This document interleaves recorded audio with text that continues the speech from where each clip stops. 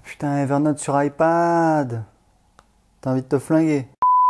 Salut les entrepreneurs, c'est Aurélien Macal, auteur du livre Je gagne ma vie avec mon blog. Dans cette vidéo, on va parler d'investissement immobilier à Lisbonne, au Portugal. J'habite à Lisbonne, au Portugal. C'est une ville magnifique, c'est en plein boom. Il y a plein de gens qui veulent venir ici. Il y a plein de touristes. Voilà, nous, on est très contents d'être ici. On a déjà acheté un appartement en 2015 qui a presque doublé de valeur. Et là, on cherche en fait à faire un investissement à peu près dans la même zone. Et en fait, je fais cette vidéo pour ceux que ça intéresse d'investir dans l'immobilier à Lisbonne ou même au Portugal ou même peut-être en général, pour vous dire de faire attention parce que il y a des arnaques. Je vous ai expliqué cette semaine, on a visité avec ma femme un appartement donc voilà dans la zone qui vous intéresse, pas très loin du centre. Donc c'est une zone qu'on aime bien pour investir. Et en fait donc c'est quoi? Alors c'est spécial parce que c'est un 3e étage sans ascenseur, mais c'est vraiment un appartement assez ancien. Donc à Lisbonne, c'est-à-dire qu'on a des pièces toutes petites. Je crois qu'il y a 6 pièces. Il y a une double exposition. Il y a la rue et il y a derrière. Et derrière, c'est vraiment dégagé, c'est très paisible, très calme, donc on a eu un petit coup de cœur, franchement, on le visitait avec ma femme et notre entrepreneur, celui qui a fait les travaux dans le premier appartement. Et en fait, l'annonce c'était quoi? C'était donc 110 mètres carrés utiles, d'accord? Parce qu'au Portugal, il y a les mètres carrés bruts et les mètres carrés utiles. Et il faut savoir que les mètres carrés bruts, c'est style, ça prend en compte, je sais pas moi, la cage d'ascenseur, les murs, etc. Donc ça ne nous intéresse pas.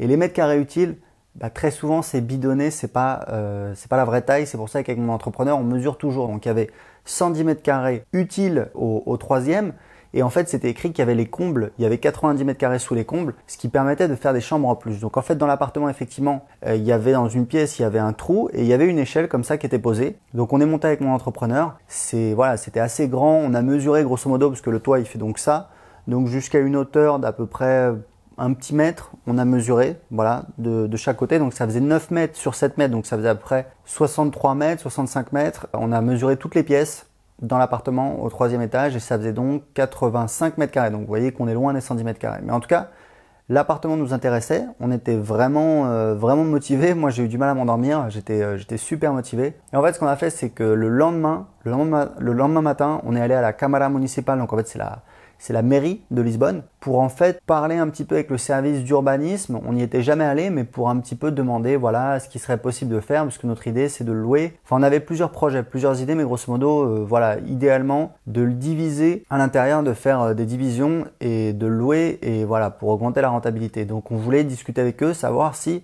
c'était possible. Et c'est ma femme qui a insisté pour qu'on y aille. Moi j'étais pas très chaud, je dis non mais c'est bon, c'est prise de tête, etc. C'est ton idée, vas-y, etc. Donc finalement on y allait avec le bébé. Alors super, parce que le bébé, vous faites pas la queue, vous prenez un truc prioritaire, donc vous attendez beaucoup moins longtemps, donc c'est super. Notre bébé, voilà, tout le monde le trouve magnifique, donc les gens sont, voilà, c'est sympa. Donc on a parlé avec la dame et on lui a parlé des combles en fait, et elle nous a dit mais attention, est-ce que les combles sont bien attribués à l'appartement? On a dit effectivement on sait pas. Elle a dit il faut aller voir dans un autre service, il faut demander en fait alors je sais pas comment on dit en France, c'est le registre, le cadastre. Le cadastre c'est pour les terrains, je sais, mais pour les appartements, je sais pas ce que c'est, mais bref, le registre, pour demander à la personne qu'elle vérifie le registre de l'immeuble si les combles en fait sont affectés à l'appartement. Donc on est allé dans l'autre service, etc. On a demandé à la personne. Alors je l'ai vu en fait, je regardais son écran, il y avait des papiers super vieux qui avaient été scannés, donc c'était pas très lisible. Mais grosso modo, il a analysé, il y avait des tonnes de papiers, de déclarations, de machin, etc. Il y avait les plans qui étaient pas très lisibles. Mais grosso modo, au bout d'un moment, il nous a dit écoutez, les combles en fait n'apparaissent pas dans le plan. Ça veut dire quoi? Ça veut dire qu'en fait, ils n'existent pas, donc par défaut c'est des parties communes et donc elles ne sont pas attribuées à votre appartement. Donc en fait, vous n'avez pas le droit de les exploiter, ou alors il faut obtenir l'autorisation du condominio. Il faut savoir que c'est un petit immeuble, il y a quoi? Donc il y a rez-de-chaussée, premier, deuxième, troisième, il y a quatre propriétaires. Comme dans beaucoup d'immeubles au Portugal, il n'y a pas de condominio. Ça veut dire qu'il faut obtenir l'autorisation de tous les propriétaires, et évidemment c'est une galère financière, juridique pour avoir ça. Donc on s'est rendu compte que c'était pas du tout une aussi bonne affaire qu'on pensait. Le prix indiqué était de 220 000 euros et en fait ils nous ont dit qu'ils pouvaient nous laisser à 195 000 euros si on payait une partie au black. Donc ok, why not? Et donc voilà, donc 195 000 euros, il y avait moyen de le négocier, ce qui est un prix plutôt bon. Voilà, s'il y a moyen effectivement de faire des travaux sous les combles, mais s'il n'y a pas moyen, c'est pas du tout la même. D'accord? Parce qu'en fait, j'ai dit à ma femme, voilà, à la base, en fait, pourquoi ça me plaisait tant? Parce que je dis, voilà, c'est très simple. Si on arrive à faire 85 mètres carrés en bas, 65 mètres carrés en haut, donc ça fait 150 mètres carrés au total. Notre entrepreneur nous a dit qu'il y en avait pour un billet de 100 000 euros TTC pour faire vraiment quelque chose de clean avec une terrasse en haut, etc. Un truc super beau, ok? Donc 200 000 euros à l'achat, plus 100 000 euros, ça fait 300 000 euros, 150 mètres carrés. Ça fait donc 2 000 euros du mètre carré pour du rénové. Et il faut savoir qu'aujourd'hui, ça devient très difficile d'acheter à 2 000 euros du mètre carré à rénover. Donc ça veut dire qu'on pourra le revendre 2500 x 3000. Si on revend 2500 du mètre carré, bah ça fait 500 euros du mètre carré x 150 mètres carrés, ça fait 75 000 euros. Si on revend à 3000 euros du mètre carré, ça fait donc 1000 euros de plus-value par mètre carré x 150 mètres carrés, ça fait 150 000 euros. Donc je m'étais dit voilà, même si c'est pas rentable pour louer, c'est rentable pour faire un achat-revente.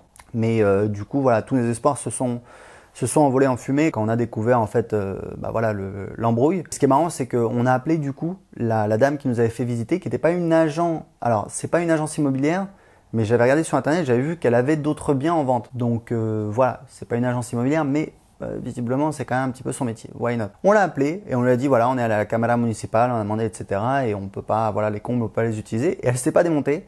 Et elle a dit bah oui, effectivement, il faut obtenir l'autorisation du condominio, etc. Et voilà, elle était parfaitement au courant, ce dont je me doutais totalement. Et on a fait une offre à 150 000 euros. Et elle nous a dit, il y a déjà une offre à 150 000 euros, les propriétaires n'ont pas accepté, donc voilà, donc ça n'intéresse pas. Donc on n'a pas fait la transaction, mais c'était pour vous dire de faire très attention, notamment au Portugal. Alors au Portugal, j'imagine un petit peu partout, hein, de toute façon, quand on achète au niveau légal, mais surtout quand on est dans un pays étranger. Et je peux vous dire un truc, c'est que on aurait vraiment pu se faire bananer. C'est-à-dire qu'on aurait pu l'acheter et se retrouver avec un bien qui n'est pas aussi intéressant que ça et avec un problème juridique potentiel. Si on veut exploiter en haut, on a toujours la possibilité voilà, de reboucher le trou et puis de faire un truc. Et du coup, c'est pas du tout une affaire aussi intéressante. Et honnêtement, quand je vois le nombre d'étrangers qui sont intéressés pour acheter ici au Portugal, je pense qu'il y a beaucoup de personnes qui pourraient tomber dans le piège. Et il faut savoir un truc, ils nous l'ont dit à la Cámara municipale, c'est que quand vous achetez, vous héritez des problèmes. C'est-à-dire que les problèmes sont à vous, d'accord? Apparemment, c'est difficile de se retourner contre le vendeur, de l'accuser de mauvaise foi, etc. Je ne sais pas comment c'est en France. Mais donc tout ça pour vous dire, si vous voulez investir dans l'immobilier à Portugal, faites très attention. Essayez voilà, de bien goupiller, de faire appel à un notaire. S'il n'y a pas d'agence immobilière, c'est un risque supplémentaire parce que l'agence immobilière s'occupe de certaines choses.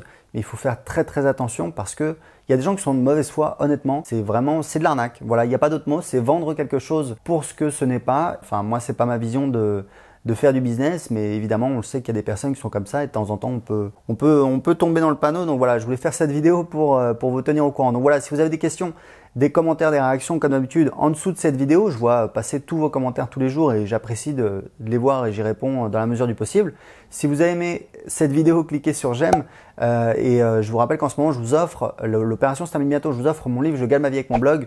Pour le télécharger tout de suite gratuitement, j'explique comment j'ai créé un business rentable sur internet. C'est facile à lire, voilà, c'est mon aventure, c'est vrai, je vous montre les galères, les succès. C'est facile à lire, on apprend des choses, on apprend en fait comment créer un business rentable sur internet, parce que moi j'ai créé plusieurs business rentables. Pour télécharger le livre tout de suite gratuitement et économiser 15 euros, c'est le prix du livre. Cliquez en dessous de cette vidéo et indiquez-moi l'adresse email à laquelle je dois vous l'envoyer. Ciao!